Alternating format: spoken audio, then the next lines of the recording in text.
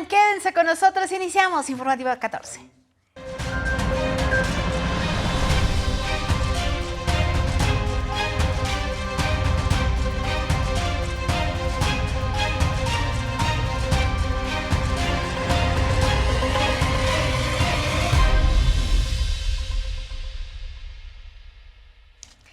Gracias por estar con nosotros. Iniciamos con los detalles. En los últimos días surgió una campaña que alerta sobre un supuesto riesgo de que la senadora Xóchitl Gálvez sea blanco de una agresión, y varios actores de la oposición han señalado de manera directa al presidente López Obrador, quien en todo momento ha rechazado estas versiones. Sin embargo, ante los crecientes señalamientos, fue el propio presidente quien este día reiteró que su movimiento es pacífico y también llamó a sus seguidores a mantener la calma. Vámonos con la información. No debemos caer en ninguna provocación.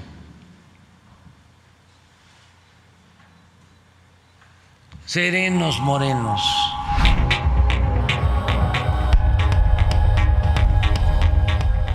El presidente Andrés Manuel López Obrador dirigió su mensaje a quienes respaldan el movimiento de transformación. No tocarlos, no teseriarlos, no tocarlos ni con el pétalo de una rosa. Ante la campaña emprendida por algunos periodistas y políticos de oposición que impulsan la idea de un posible ataque contra Xóchitl Gálvez y responsabilizarlo a él. Lo que decía yo, abrazarlos y decirles así, amor y paz, y primo hermano, sigue tu camino. Y para quienes piden datos, el mandatario mostró cómo varios de los personajes que impulsan la campaña de odio formaban parte de un selecto grupo privilegiado en el régimen anterior. Esto es lo que cobraban antes, a ver.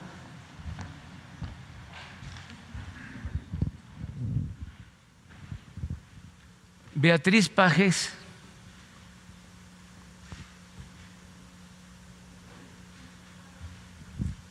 del 13 al 18, 57 millones.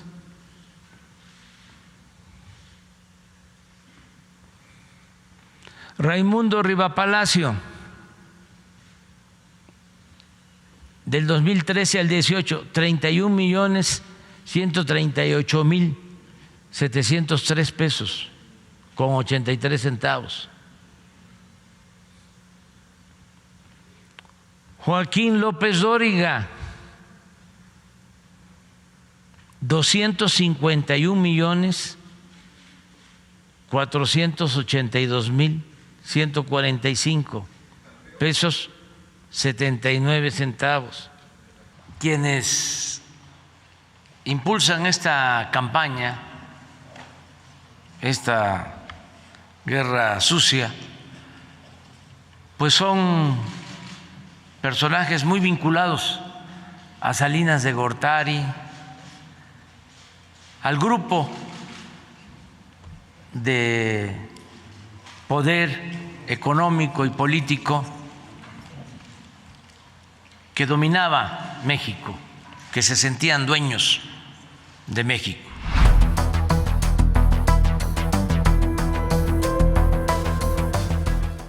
El presidente fue enfático al recordar que en su gobierno no se ha reprimido a nadie. Señaló que el odio y la violencia no tienen que ver con la izquierda. Afirmó que su movimiento ha sido, es y será pacífico. Y recordó que se avanza con resultados económicos, que los delitos van a la baja y que la mayor parte de la población respalda su gobierno.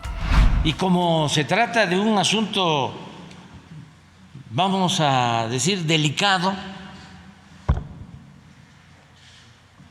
creo yo que vale la pena, aunque me infraccionen, pero lo más importante es mantener la paz, la tranquilidad y que no haya ninguna agresión a nadie. La encuesta de la empresa Covarrubias, publicada el pasado lunes, muestra el respaldo mayoritario a su movimiento. Si las elecciones para presidente de la República fueran el día de hoy, ¿me podría decir, por favor, por qué opción votaría? Morena, Verde, PT, 49%. No lo digo yo. PAN, PRI, PRD, 19%. Mientras que la de Encol, publicada en el periódico El País, da a Morena una preferencia efectiva del 54% frente a 14, 12 y 3% del PAN, PRI y PRD, respectivamente. ¿Por qué vamos a hacerle daño a los posibles candidatos del PAN? Además de que no somos de malas entrañas.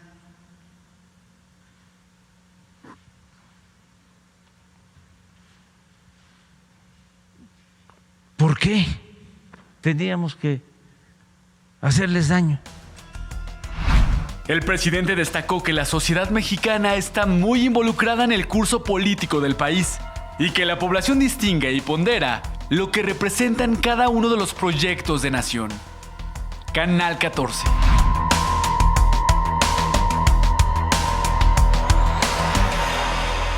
El triunfo de la reacción es moralmente imposible. Y por supuesto que las reacciones no se hicieron esperar. A primera hora, Claudia Sheinbaum cuestionó hasta lo que podría llegar la oposición con tal de recuperar el poder. Durante décadas, la oposición ha inventado 1001 mentiras para intentar frenar y manchar nuestro movimiento. Y una a una han ido cayendo. Ni Andrés Manuel López Obrador fue un peligro para México, ni se rompió la relación con Estados Unidos de América, ni se le quitó a la gente sus ahorros y propiedades, ni el peso se devaluó, ni se endeudó al país. Al contrario, la economía mexicana está más fuerte que nunca. Pero estemos pendientes, porque en la oposición están llenos de odio y decididos a todo, con tal de recuperar el poder que el pueblo les arrebató en 2018. Marcelo Ebrard secundó el llamado del presidente para mantener la calma y también la serenidad. Cuando hay una competencia política y hay proyectos tan distintos como el que representamos nosotros en la Cuarta Transformación respecto a lo que pueda representar Acción Nacional, el PRI, PRD y sus aliados, pues se entiende que a veces hay mucho calor político, pero es un error estratégico el empezar a hacer llamados a que el ambiente va a provocar que se tenga violencia contra una persona. Ninguno de nosotros ni de nosotras en la Cuarta Transformación tenemos ningún interés, ningún incentivo, nada en hacerle daño a ninguna otra persona, por más crítica o por más que nos plantee una confrontación política. Gerardo Fernández Noroña descalificó la campaña contra el primer mandatario. Que nosotros no necesitamos reprimir a nadie porque tenemos el apoyo del pueblo, efectivamente. No nos da miedo nadie, ninguna voz nos preocupa, ningún actor nos pone en aprietos. Ahora resulta que la genio de la venta de gelatinas y tamales es además la gran el gran capital político que va a ponernos en aprietos. Hasta sueño me da, y de ahí dan el triple salto mortal a decir que la quiere asesinar. Nuestro gobierno es no solo infame, canalla, ruin, miserable, sino es absolutamente desconocedor de nuestra historia. Mientras tanto, la panista Xóchitl Gálvez reconoció el llamado del presidente López Obrador. Yo creo que hace bien el presidente y yo creo que nosotros también hemos sido muy respetuosos con la gente de Morena. hay que respetarnos unos a otros. Bueno, y precisamente esta campaña forma parte del reporte que nos detallan nuestros compañeros de Infodemia. Bueno, yo nada más quiero saber en qué momento alguien le quiere hacer el servicio al presidente de agredir físicamente a alguno de los candidatos opositores. De lo peor que le podría pasar en este momento a este país, que le sucediera algo a Xóchitl Gálvez, porque solo habría un responsable. Desde el pasado 6 de julio, con la publicación de la revista Siempre, que asegura en su portada que AMLO crea condiciones para un magnicidio, comentaristas y políticos han impulsado en medios de comunicación y redes sociales una campaña que responsabiliza al presidente López Obrador de un magnicidio imaginario. López parece querer parar con balas a la oposición. Un magnicidio tendría un solo responsable político, López Obrador. En el artículo publicado en la revista Siempre, firmado por Beatriz Pajés, se acusa sin ningún sustento que el presidente crea un ambiente que recuerde el asesinato de Luis Donaldo Colosio.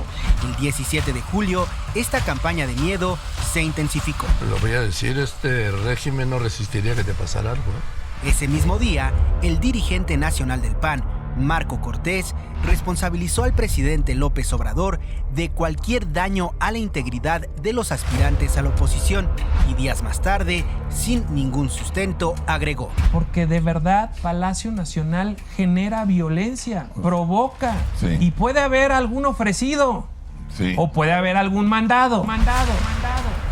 Esta operación mediática continuó el 24 y 25 de julio. Raimundo Riva Palacio afirmó que López Obrador está creando las condiciones objetivas para que asesinen a sus adversarios. Agregó que el gatillo del presidente puede descarrilar la campaña de la oposición. Por su parte, Guadalupe Loaesa escribió que no faltará algún demente adorador de la 4T que quiera asustar o incluso, algo peor, a alguno de los aspirantes a la oposición. Infodemia.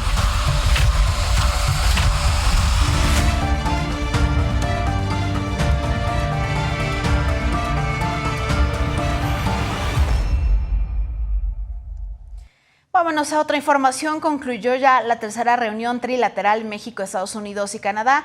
La reunión se centró en dos temas principales: el combate al tráfico de armas y también los esfuerzos conjuntos contra el trasiego de fentanilo y sus precursores químicos.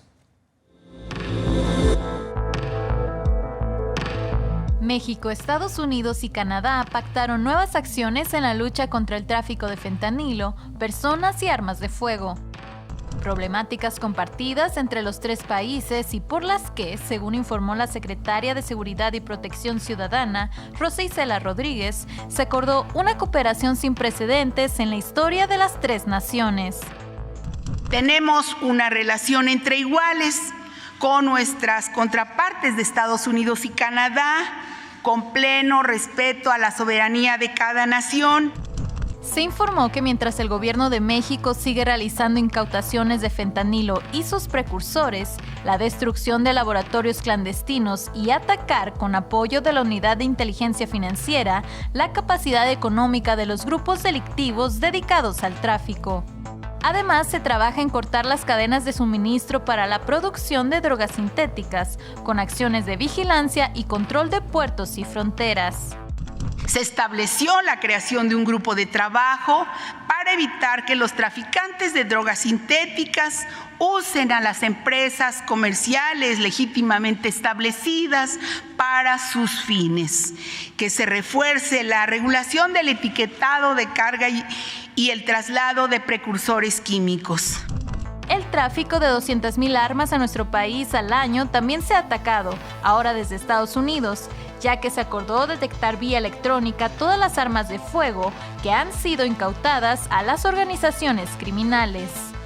Quedó claro que el 70% de las armas aseguradas en México provienen de Estados Unidos y el resto de otros países, aunque gracias a las acciones bilaterales en el marco del entendimiento bicentenario se ha incrementado notablemente su aseguramiento. Entre los avances, la secretaria de Relaciones Exteriores, Alicia Bárcena, destacó el reconocimiento por parte de Estados Unidos de su responsabilidad en esta problemática que genera violencia al sur de su frontera e informó de las acciones que realiza el gobierno norteamericano. Ustedes saben, allá es legal, pero acá no. Y lo que nosotros queremos es que nos apoyen para que podamos realmente detener este flujo, porque eso es lo que fortalece a los carteles, o sea, es el otro lado de la moneda, francamente. Pero lo que sí estamos haciendo en México, y lo está haciendo por supuesto Sedena, es tratar de hacer un tracing, ¿cómo se llama? Un seguimiento de a dónde están estas armas en México. En México, la Secretaría de la Defensa Nacional ha decomisado en el último año más de 70,000 armas, mientras que Estados Unidos incautó cerca de 3,000, cifras que los norteamericanos buscan incrementar a través de la operación Southbound. Fabiola Solano, Canal 14. Y así vamos a seguir trabajando, porque somos vecinos, somos socios y somos aliados. Bueno, y además México envió una segunda nota diplomática al Departamento de Estado de Estados Unidos para reiterar su inconformidad por la implementación de boyas con púas sobre el río Bravo. Ahí las tiene usted para impedir el paso de indocumentados. La secretaria de Relaciones Exteriores, Alicia Bárcena, denunció que 75% del muro flotante está en territorio mexicano. Incluso una comisión constató la construcción de terraplenes que obstruyen y desvían el flujo del río, acciones ordenadas por el gobernador de Texas, Greg Abbott, con las que se violan los tratados binacionales de 1994 y 1970. Estamos hablando de 305 metros, ¿verdad? No estamos hablando de los 3.500 kilómetros, no. Es un espacio pequeño, pero el principio es lo que nosotros queremos destacar, porque de estos 305, pues hay 230 que están más bien del lado nuestro. Además, explicó que tras el fin del título 42 en mayo pasado, el flujo migratorio hacia Estados Unidos bajó 50%. No obstante, la migración irregular de familias ha crecido 36%, y de ahí que el gobierno estadounidense se comprometió a invertir en los programas Sembrando Vida y Jóvenes Construyendo el Futuro en El Salvador, Honduras, Belice, Guatemala, Cuba y Ecuador para atender el origen de la migración.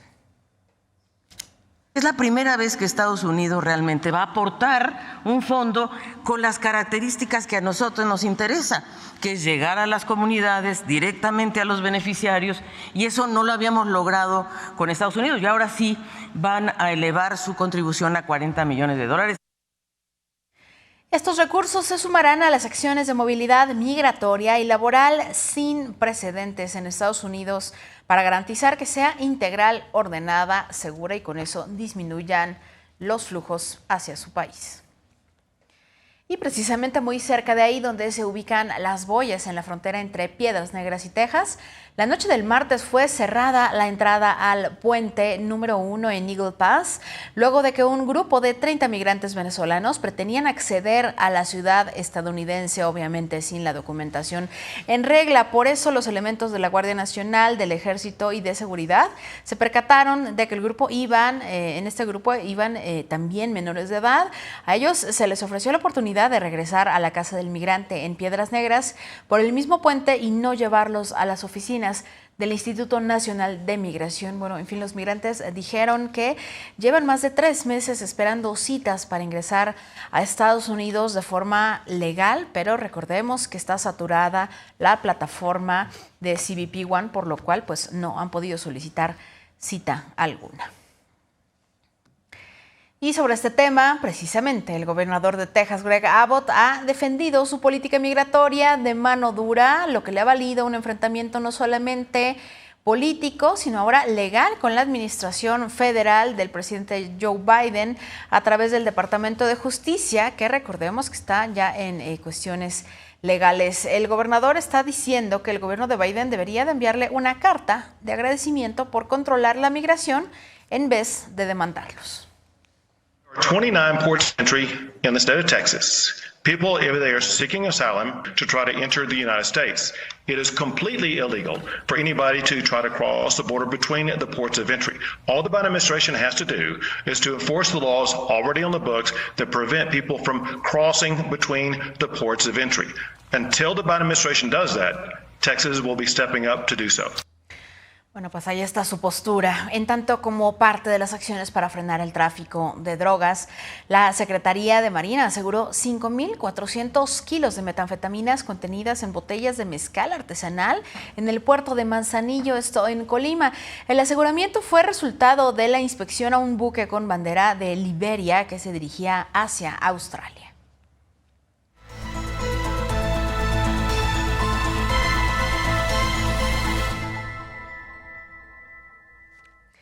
Bueno, vámonos a otros detalles. Pemex desmintió las versiones de medios de comunicación sobre la gran magnitud que dicen que fue el derrame registrado en el Golfo de México luego de una fuga en el campo petrolero de Ekbalam. El director de Pemex, Octavio Romero Oropeza, atribuyó las causas naturales a la presencia de una mancha de hidrocarburo en la zona, pues dice que corresponde a las emisiones de chapopoteras que hay en Cantarell y que tienen una actividad permanente la mayor parte del año. Además, también indicó que esta decisión natural es la que ha llevado el chapopote a los litorales de Tabasco, de Veracruz y también de Tamaulipas en días recientes. Las chapopoteras son emanaciones de hidrocarburos que se pueden dar en la tierra o que se pueden dar en el mar. En el caso de estas chapapoteras, la mayor chapapotera que nosotros tenemos ubicada está en el campo Cantarell, muy cerca del campo Balam. Puntualizó que las imágenes publicadas sobre la presencia de chapopote en playas no corresponden al aceite que se produce en la plataforma Balam Tango Alfa, en la que se originó la fuga el pasado 3 de julio y que fue reparada en su totalidad el 22 de julio. Rechazó también que no se haya reportado el incidente, ya que la Secretaría de Marina hizo inspecciones en el área sin que se detectara presencia de hidrocarburos. De que no es petróleo crudo pesado, es crudo ligero. Lo que se observa son láminas muy pequeñas, muy delgadas de aceite, no es chapapote. Precisó también que la fisura que se presentó en un ducto no es superior a 7 centímetros, por lo que solamente se pudieron haber derramado 1.368 barriles durante 18 días. Si el derrame hubiera sido de 467 kilómetros cuadrados, como indicaron algunos medios y académicos, Pemex tendría que haber derramado 3 millones de barriles, lo cual, por supuesto, no sucedió. Está bien tener diferencias ideológicas, está bien tener diferencias de pensamiento, de gustos, de todo lo que signifique diversidad. Lo que no está bien es mentir. Lo que no está bien es desinformar a la gente. Además, también reprochó que la prensa no reporte lo que han hecho en esta administración por la empresa, como por ejemplo la reducción de la deuda, que pasó de 127.100 millones de dólares a 107.387 millones de dólares del 2018 hasta la fecha, lo que representa ya 15% del total.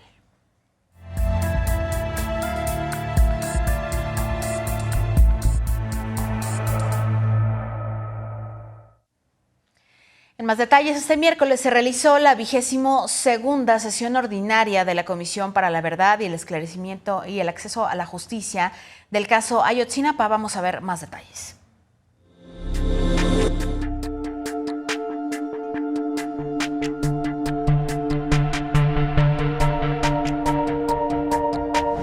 El subsecretario de Gobernación, Alejandro Encinas, recibió a los integrantes del GIEI, Ángela Buitrago y Carlos Beristain, así como a madres y padres de los 43 normalistas desaparecidos de Ayotzinapa, en reunión privada analizaron el sexto y último informe del Grupo Interdisciplinario de Expertos Independientes.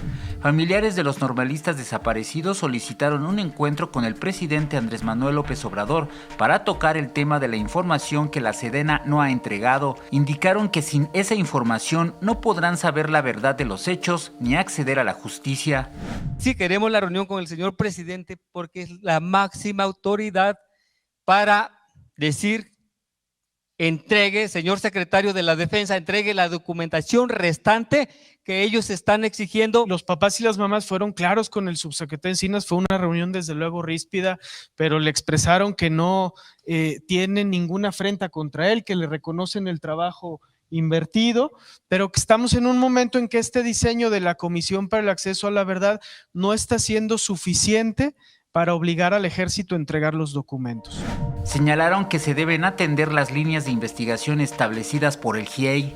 Nos sentimos muy tristes en este momento, en estos días que vamos a pasar, de no alcanzar la verdad, pero dejan buenas herramientas para que avancen con las investigaciones. Estamos completamente convencidos de estas líneas de investigación que nos ha dejado el GIEI, y no es porque ellos lo digan, sino porque tienen bases contundentes a donde las participaciones de todas las policías están cimentadas en las declaraciones de la Sedena misma. Para nosotros el informe del GIEI es un documento objetivo basado en una investigación de campo, basado en una investigación en las diligencias que estuvieron haciendo los del GIEI. No es una publicación, no es una interpretación, es una investigación que surge de las indagatorias, de las pesquisas que se hacen en relación al caso Ayotzinapa. Este miércoles se cumplieron 8 años con 10 meses de los hechos violentos en Iguala Guerrero. Familiares y amigos de los normalistas desaparecidos marcharon del Ángel de la Independencia al hemiciclo a Juárez. Canal 14.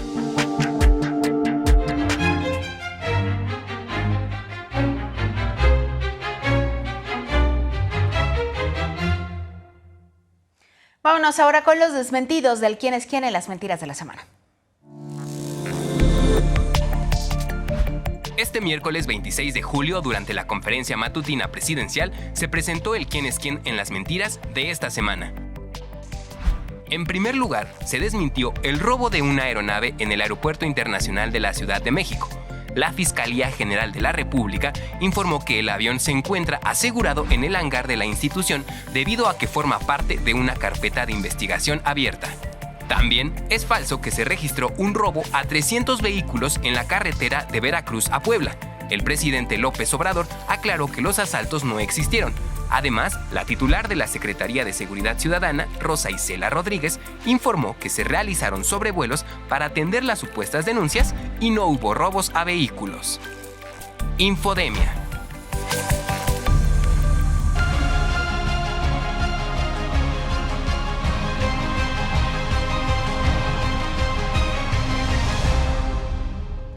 Vámonos ahora a datos económicos para conocer un poco del panorama que se presenta, cuáles son los montos que se perciben en México, su procedencia y también cómo se distribuyen. El INEGI publicó este miércoles el último resultado de la encuesta nacional de ingresos y de gastos de los hogares del país. Vamos a ver. Hasta el corte más reciente, el promedio de los ingresos por hogar en nuestro país se ubica en poco más de 21,000 pesos, lo cual representa un aumento del 11% respecto al 2020. De acuerdo con el INEGI, en México el promedio de ingresos más alto topa en alrededor de 30,000 pesos mensuales. Esto en los estados de Baja California Sur, la Ciudad de México, Baja California, Nuevo León y Chihuahua. En cambio, los hogares de Chiapas, Guerrero y Oaxaca representaron los niveles más bajos en cuanto a ingresos, rondando los 13,200 pesos al mes. La encuesta también revela que el ingreso de los habitantes que se consideran indígenas es de poco más de 6,000 pesos, un 24% menos que el promedio nacional. De ahí la importancia de proyectos como el Tren Maya, que han generado más de 70,000 empleos. O el corredor interoceánico del Istmo de Tehuantepec, que propone la creación de 10 parques industriales que representarán hasta 400,000 oportunidades entre empleos directos e indirectos. Recordemos también que el más reciente reporte señala que la tasa de desempleo en México descendió a 2.7%, la más baja en los últimos 18 años. Y esta jornada la Bolsa Mexicana de Valores recibió los reportes de baja de utilidades de empresas como Grupo Bimbo y Televisa. La televisora mexicana informó que sus ganancias se desplomaron 94.7% en el segundo semestre del año, afectada principalmente por la menor participación en la asociación Televisa-Univisión. Y mire, usted registró únicamente 172 millones de pesos frente a los más de 3.300 millones del mismo periodo del 2022. Más del 94% de pérdidas. Bueno, por su parte, Bimbo reportó una disminución de casi 30% de sus utilidades y lo atribuyó al impacto de las pensiones, el aumento de los costos de financiamiento y al tipo de cambio. Esto a pesar de que la panificadora alcanzó niveles récord de ventas. En contraste, la empresa Electra reportó una utilidad de 14% en los primeros 6 meses del año, en comparación con las pérdidas registradas el año anterior. Por otra parte, la Reserva Federal de Estados Unidos aumentó su tasa de interés en 25 puntos base, con lo que pasa ahora de 5.25 a 5.50%. Este es ya su nivel más alto desde el año 2001. Con esta decisión, el Banco Central de aquella nación detuvo su pausa monetaria y también cumplió ya con las expectativas del mercado. Y si bien siguen las medidas para detener la inflación, Estados Unidos está todavía lejos del rango del objetivo. Vámonos con otra información. Hace apenas unos minutos, Claudia Sheinbaum celebró una asamblea informativa en la alcaldía Gustavo Amadero, acompañada de cientos de simpatizantes que permanecieron en la explanada a pesar de la fuerte lluvia que se registra esta noche. Y precisamente habló de la fuerza del movimiento de transformación que hay en nuestro país.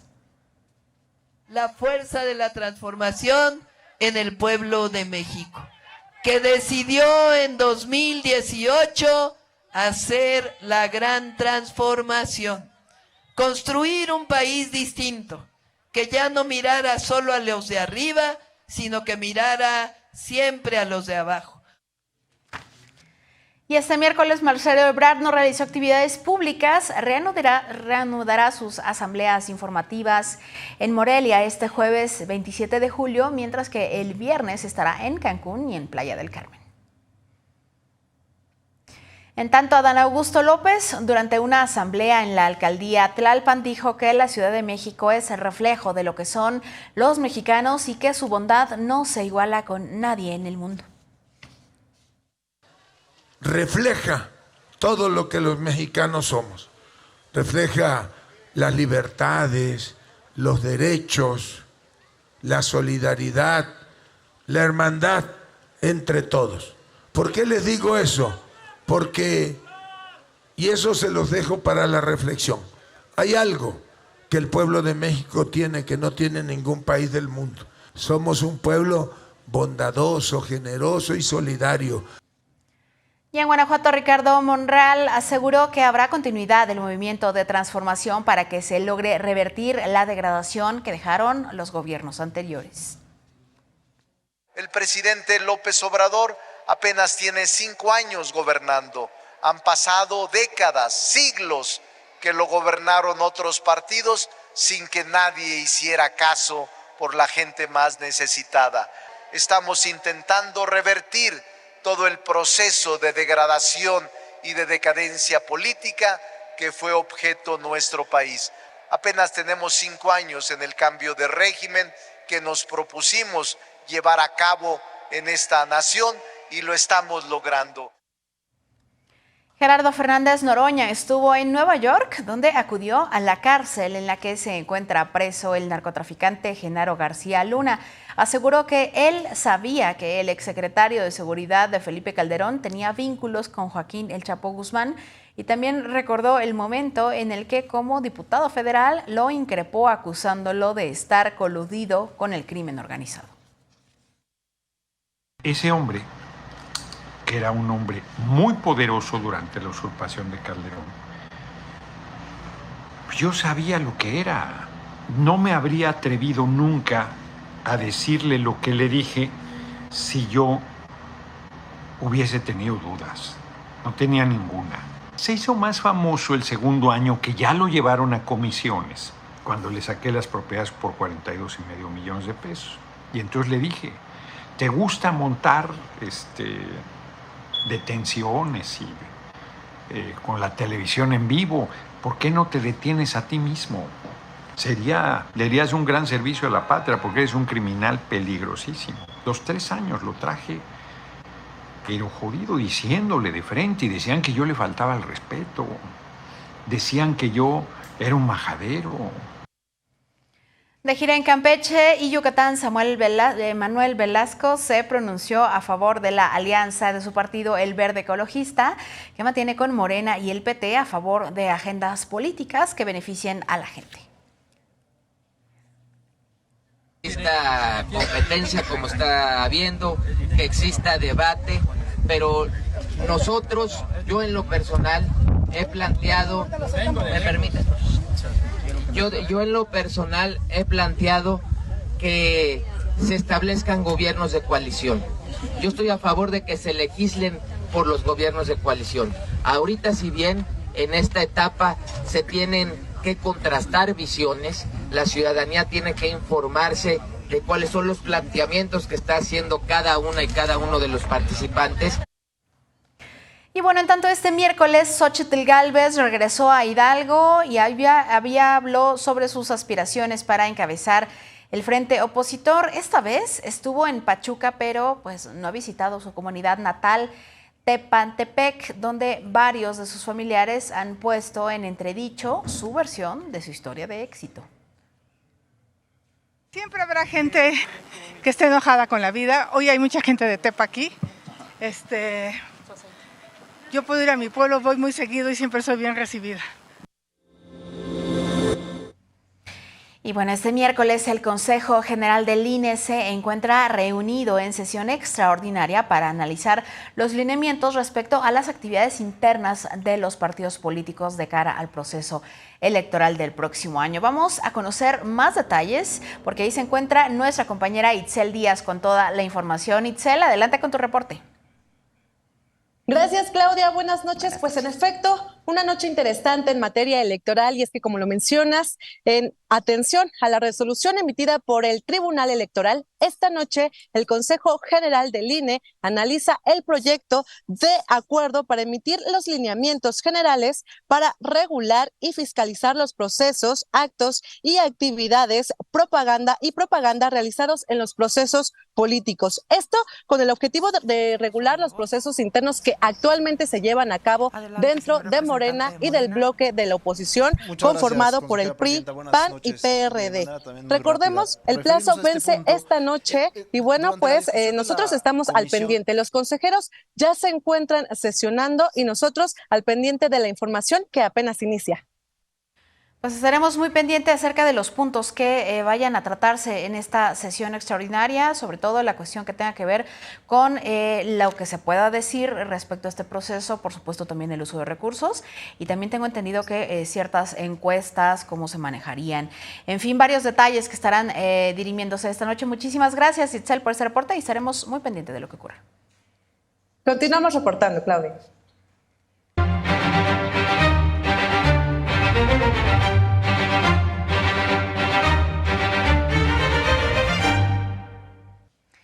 Bueno, vámonos a otros detalles. Un juez de la Ciudad de México otorgó un amparo al alcalde de Benito Juárez, Santiago Taboada, y al diputado federal del PAN, Jorge Romero, contra la investigación que realiza la Fiscalía Capitalina en su contra por presuntos actos de enriquecimiento ilícito, esto en el caso del llamado cártel inmobiliario. De acuerdo con los registros del Consejo de la Judicatura Federal, el Juzgado Segundo de Distrito en Amparo en materia penal concedió a los panistas la protección de la justicia federal contra Hamlet Jesús González, agente del Ministerio Público. Sin embargo, pues no se han dado más detalles hasta el momento. La Fiscalía Capitalina todavía puede impugnar la sentencia para que el caso se turne a un tribunal colegiado, quien determinaría si confirma, modifica o revoca este fallo de primera instancia.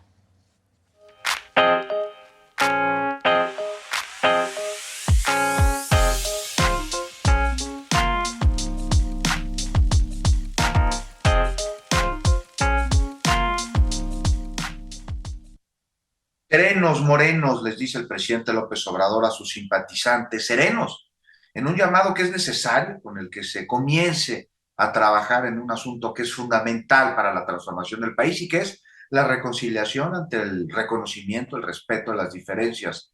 Y este llamado surge de un señalamiento que desde distintos medios se ha hecho sobre la posibilidad de atentados a aspirantes presidenciales, con el que la hoguera de un lado y del otro se ha encendido aún más con el combustible de la lucha de poder que parte de la creencia de todos pues que son poseedores de una verdad absoluta e inapelable. Y de entrada se ha planteado la hipótesis sobre a quién afectaría un atentado, al actor político, al que sea, aún más de oposición, pero no tanto a quién beneficiaría.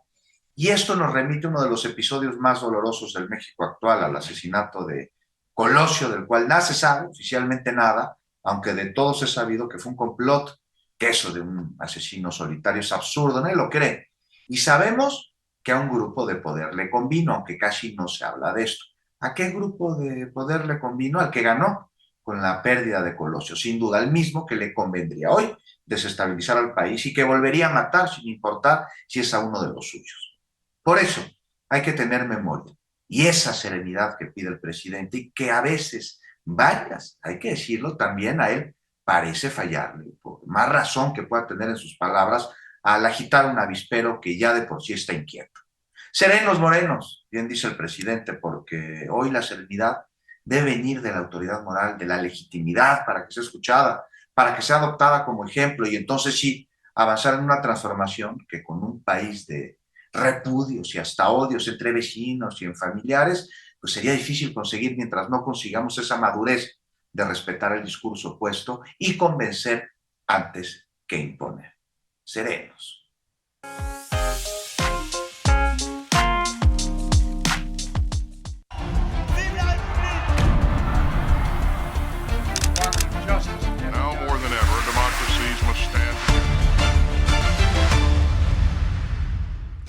Bueno, en la información internacional, este 26 de julio el pueblo cubano conmemora ya 70 años del asalto al cuartel Moncada que dio inicio al movimiento revolucionario en la isla y lo celebraron en todo lo alto con grandes personalidades de la historia de ese país.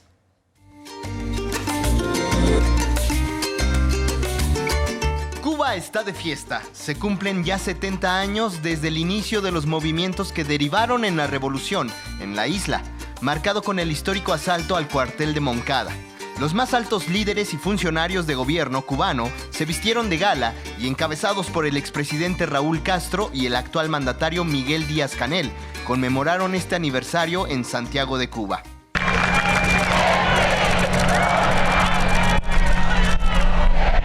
Cuba ha tenido que enfrentar las ambiciones imperiales de su poderoso vecino desde hace más de 200 años, con diversas formas y métodos, por la seducción o por la agresión.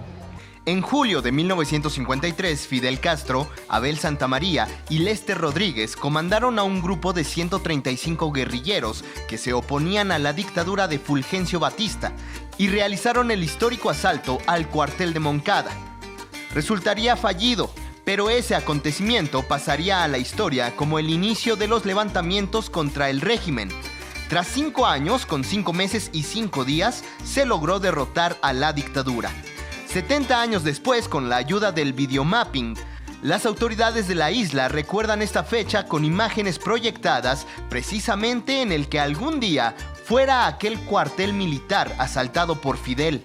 Se recuerda la revolución y todas las vicisitudes que ha tenido que enfrentar la isla, y al recordarlas, las autoridades cubanas atribuyen la crisis actual a la paralización ocasionada por la pandemia de COVID-19 y al endurecimiento de las sanciones económicas por parte de Washington en los últimos años.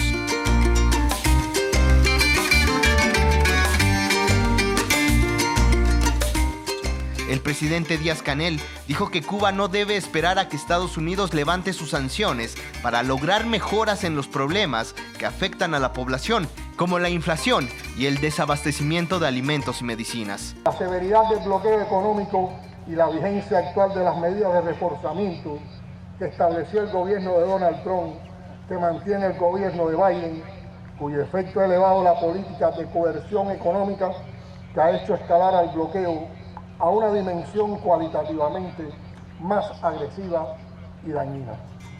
El presidente cubano no dejó pasar la oportunidad para agradecer la participación en el acto de las Brigadas de Solidaridad con Cuba, compuestas por 269 miembros de 26 países de América Latina y el Caribe, Norteamérica y Europa.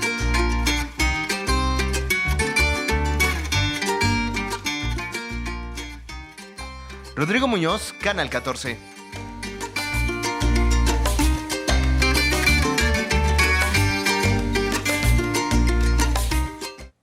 Bueno, y ahora vámonos a información de Perú, donde este miércoles cientos de personas se manifestaron frente al Congreso, rechazando de nueva cuenta al gobierno de la presidenta designada por el Poder Legislativo, Dina Boluarte, y contra sus políticas.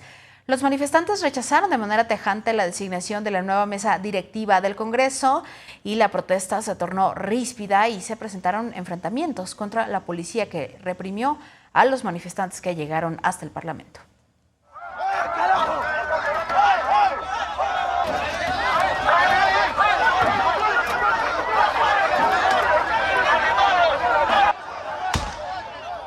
Si bien las críticas al Congreso son válidas porque expresan opiniones democráticas, lo que no podemos permitir es que se denigre a una institución fundamental de nuestra República.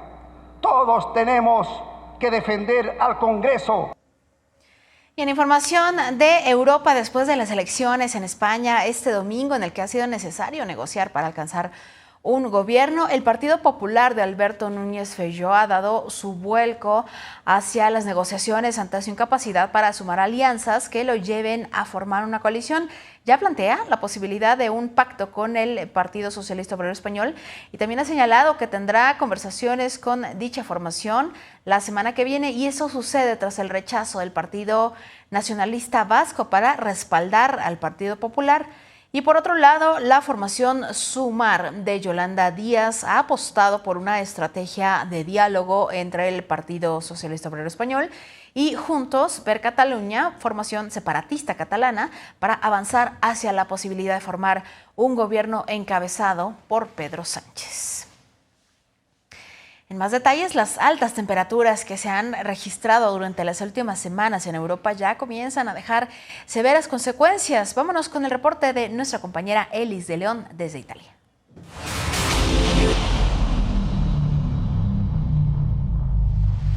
Del calor sofocante a incendios forestales. Los últimos días, los fenómenos climáticos y sus consecuencias han golpeado fuerte a Europa, principalmente a los países en la franja del Mediterráneo, entre ellos Italia y Grecia.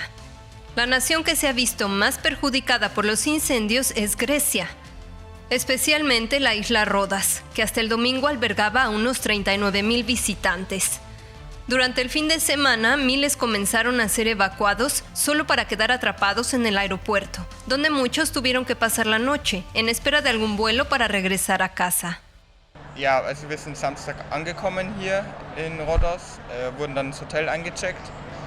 Wir haben dann um 1 Uhr, glaube ich, schon diese Warn-SMS bekommen, da wo es geheißen hat, wir sollen evakuieren, aber als wir das Hotelpersonal gefragt haben, meinten sie, es ist keine Sorge, wir sollen uns keine Sorgen machen, wenn es ernst wird, sollen wir evakuieren. Wir sind dann einfach schlafen gegangen und ein paar Stunden später wurden wir dann um 10 Uhr oder so auf einmal alle plötzlich aus dem Hotel geschmissen. Und wir mussten dann sofort evakuieren. Die Evakuierung selber war ein absolutes Chaos. Esta familia perdió su restaurante y su casa. Con la serenidad de no haber digerido aún la magnitud de la pérdida, Dimitris piensa ya en cuáles podrían ser los siguientes pasos. We wait what we see from the governors. We don't expect anything big, you know. But we wait now. We want to finish the fire. First, this is the problem. We want the fire stop. Not other houses burn, not other restaurants, not other fields. You know, I do 2 jobs. One is the restaurant and the other I'm farmer. In my farmer, all my fields, it's now nothing, just black. En los últimos días, las autoridades han evacuado a más de 20,000 personas y prevén ya un duro golpe a la economía del país, en el que el turismo representa el 18% del Producto Interno Bruto. Sumado a la tragedia, uno de los aviones desplegados para combatir los incendios, el Canadair CL-215, se precipitó cerca de la villa de Platanistos, cobrando la vida del piloto y del copiloto de 34 y 27 años.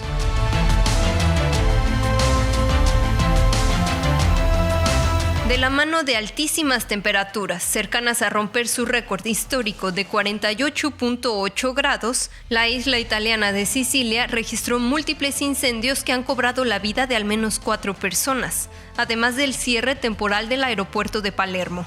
Estos paraísos veraniegos se convirtieron en infierno para los sicilianos y para los miles de turistas que se encontraban en la isla.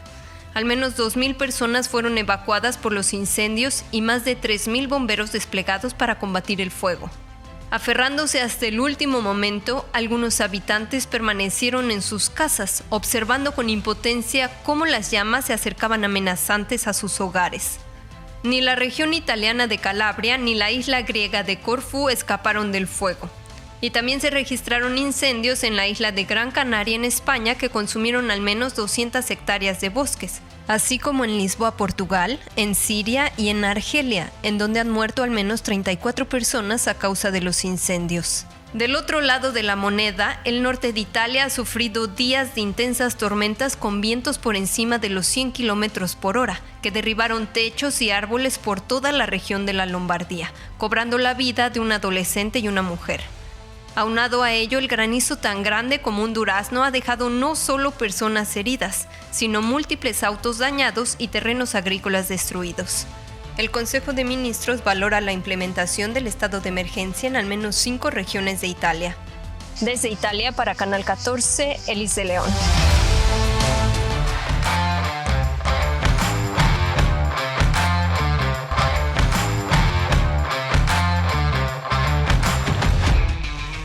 Ya está Diego Camacho acá en el estudio con nosotros para todos los detalles de la información deportiva. ¿Qué nos traes, Diego? Bienvenido. Hola, Claudia, buenas noches. Pues vamos con toda la información deportiva porque este miércoles el Comité Olímpico Internacional arrancó la cuenta regresiva para los Juegos Olímpicos de París 2024. Veamos los detalles al respecto.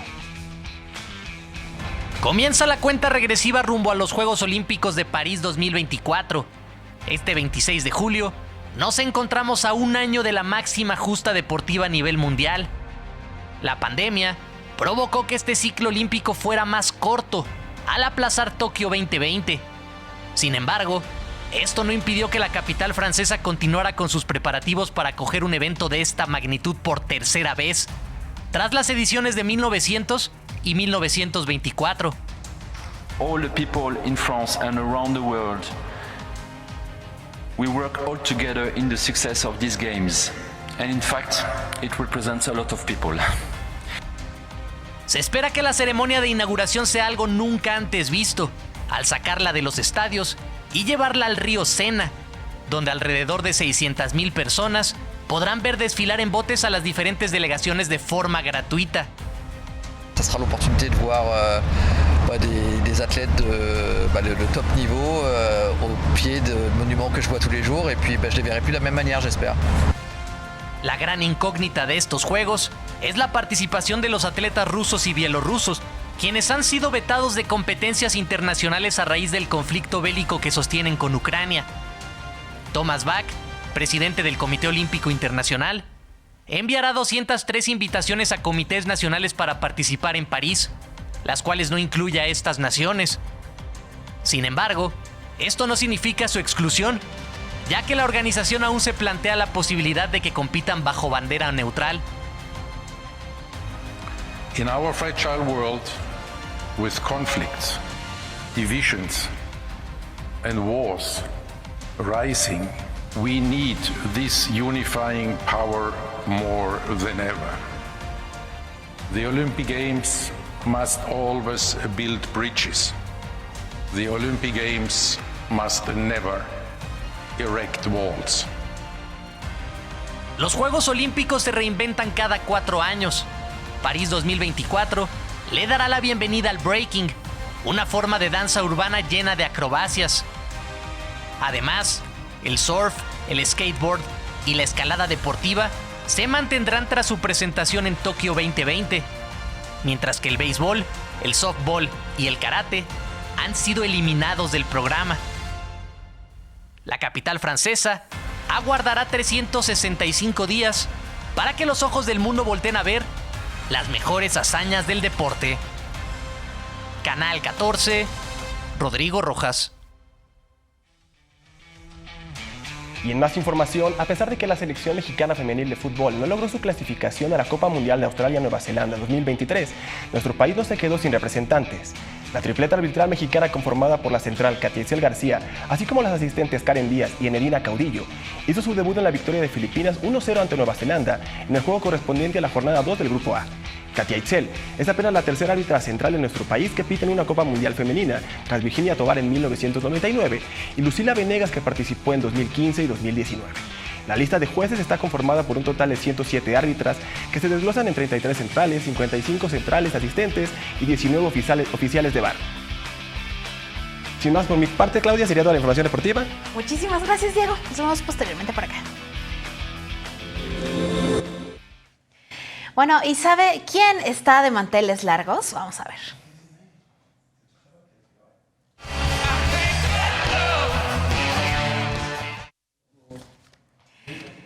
Mick Jagger, el legendario líder de los Rolling Stones, cumple 80 años, 8 décadas. Desde temprana edad demostró su pasión por la música y el arte escénico. El viaje musical lo inició cuando conoció a Keith Richards. Juntos formaron The Rolling Stones en 1962. Además de su destacada carrera musical, también incursionó en el cine participando en performance. Ya es una leyenda del rock gracias a una carrera musical que abarca más de 5 décadas. Y en contraste, antes de despedirnos, le comentamos que falleció a los 56 años la cantante irlandesa Sinéad O'Connor.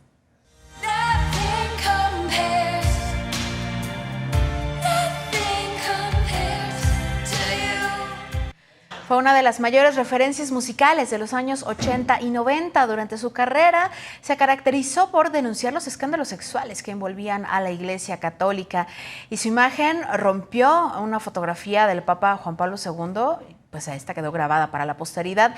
También padeció gran parte de su vida un problema de trastorno bipolar que se agravó hace unos meses tras la muerte de uno de sus hijos. Descanse en paz.